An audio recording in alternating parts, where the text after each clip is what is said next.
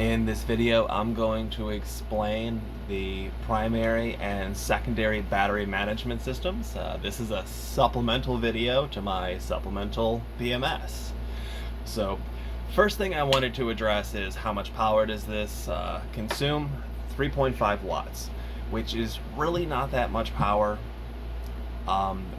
when you're looking at a system that's going to have at least a 5 kilowatt hour battery. And the second concern some people may have is this seems really complicated. Can I control it manually? Does it have to, or does it work in an automated way? Or how do I fix it if it goes wrong? And those are perfectly valid concerns. And even though this is very complex, it's designed to be entirely automated and to actually make your life easier. So one of the first things is you have manual control over everything. So right now we are actually pulling 0 watts from the battery, but if we go ahead and turn this thing on, we're actually going to pull the maximum amount of power from the battery, which is going to be 50 watts. As the battery actually goes ahead and gets full, this is going to drop down to probably like 5 or 6 watts, as the power consumption used by this system is only 3.5 watts. And once this fan turns itself on, we're actually going to go ahead and see that increase up to about 7 watts. But that's a very low power consumption. And now what you may be wondering if all of this is actually necessary for it to work, and the answer to that is no. So one thing we're going to do is that we're actually going to take these two switches here and we're going to flip them to the off position, so we're going to disconnect it from the battery directly. And you see there the power just went down to 0. I'll put it back on. It's currently turned this back on after it's been disconnected because the default option is off. It's currently pulling 35 watts, and as we switch this guy over, it goes back down to 0. So now we've disconnected this from the battery. So with the battery turned off, all of this monitoring equipment is still running, and this battery can run this fan for should be at least a full day, if not considerably more. In fact, you could use this battery to power additional things such as lights or fans in your van that run on 24 volts as essentially like an emergency backup system. Like that's something that you would see in a hospital. So when the primary battery fails, the secondary battery will sit there and take over. And you can parallel these batteries. We're currently including a 200 watt hour battery, but if you wanted to stack 5 of those together and have a kilowatt hour battery that would run your refrigerator, definitely something you can do, definitely possible. It's all really exactly how you want the system to work and what you're willing, essentially how much space you have and how much money you have to pay for it, because the smaller and the more energy dense it is, the more expensive it gets. So, but let's move on here. What in the event that this actually doesn't work? Well, you can actually just bypass it all. Like if you just turn this off, we're going to turn the system off right now, and we're going to trigger an alarm. So now we turn the alarm off and everything's just turned off, and the system's going to continue to run. That's entirely fine. Now we can actually switch these two to the output mode, and you'll see we're at 0 watts. And now the system's going to run just as if it was directly connected to the battery. Like this would be the most simplistic approach because we're bypassing everything. In fact, I can even get up and disconnect the battery here. So that guy turns off just to prove it, because everything is now running directly from the primary lithium battery. Now when this turns itself back on, the default action is to turn on by default.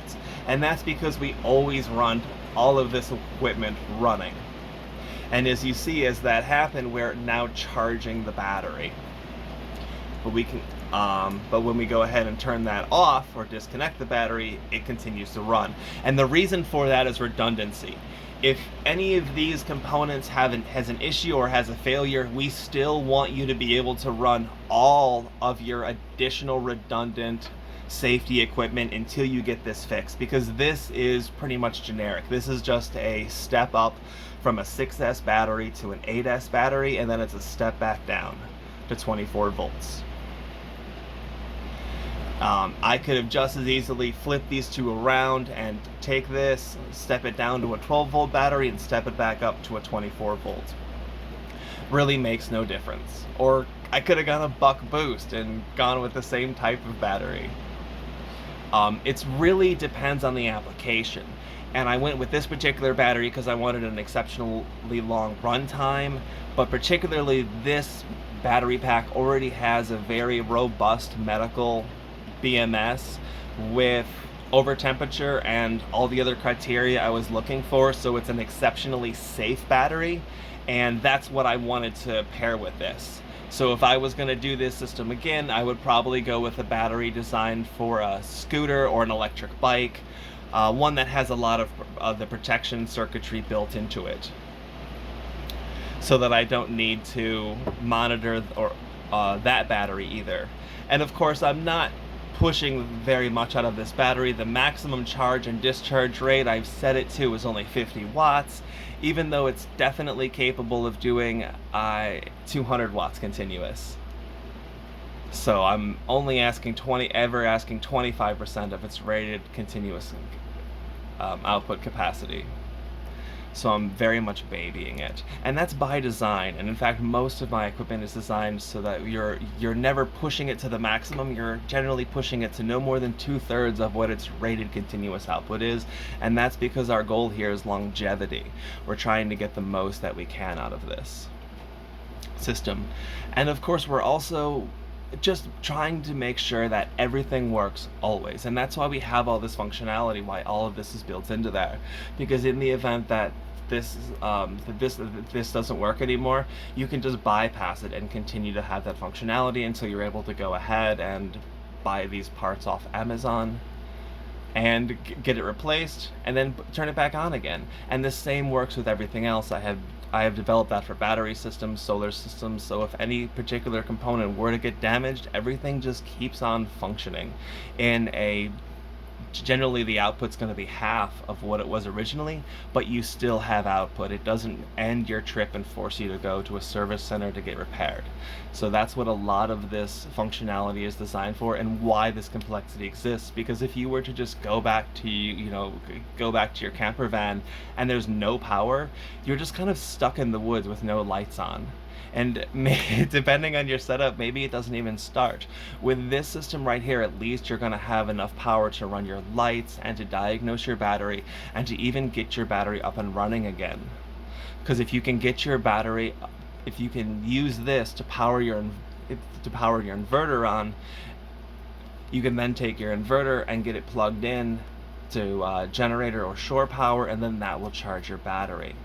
So this allows you to have that emergency backup power source, and it will also give you the lights inside of your van that are necessary to see what you're doing, depending on how your setup is. So that's the reason for this design.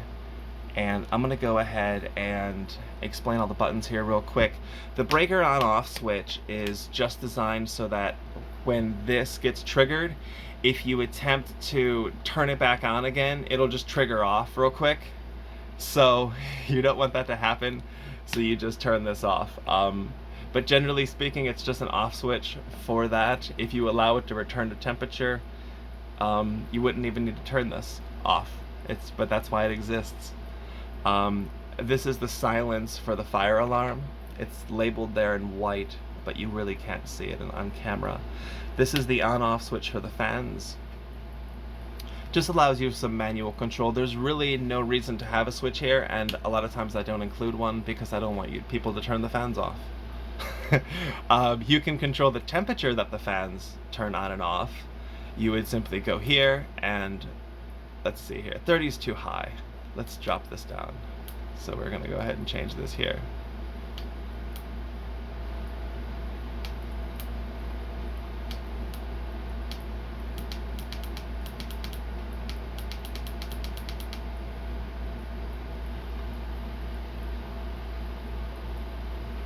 And now we're going to change the lower temperature. Oops. Which is currently